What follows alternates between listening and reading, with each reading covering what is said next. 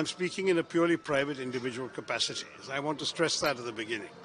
Secondly, as far as the whole situation is concerned, I have already stated my deep concern with the violations of international law that have taken place and the UN Charter, which specifically refers to sovereignty of member states, the inviolability of borders, and the inadmissibility of the use of force to settle international disputes, all of which have been violated in this particular episode.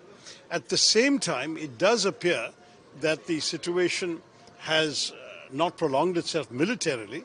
The vice president has become the acting or interim president, and some sort of normalcy is being pursued, though there are reports today of increasing repression on the streets, people being arrested and so on.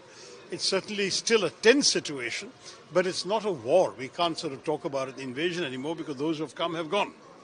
Now, the other thing to be said is that there are certain motivations being ascribed and certain things being claimed which are somewhat distasteful. Now, I don't think it is appropriate for us to sit here this far away and pass judgment on matters that happened a long time ago. But I think our Indians should understand that the country's natural resources belong to the country.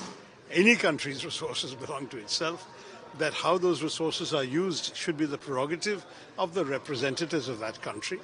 And that certainly for us in India, some of these principles have been sacrosanct in our foreign policy for many years.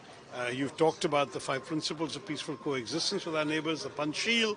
We've talked about upholding the UN Charter, which we have done consistently. And therefore, for us, it is a situation that troubles many Indians across political party lines. My party has issued a strong statement already. I won't repeat it. It's there, and it's a very strong and clearly worded statement. I've said that as far as the government of India is concerned, they have their own compulsions, and very often what the Ministry of External Affairs chooses not to say is often as important as what they do say. So you all have to understand that in diplomacy, there are challenges in negotiating certain relationships.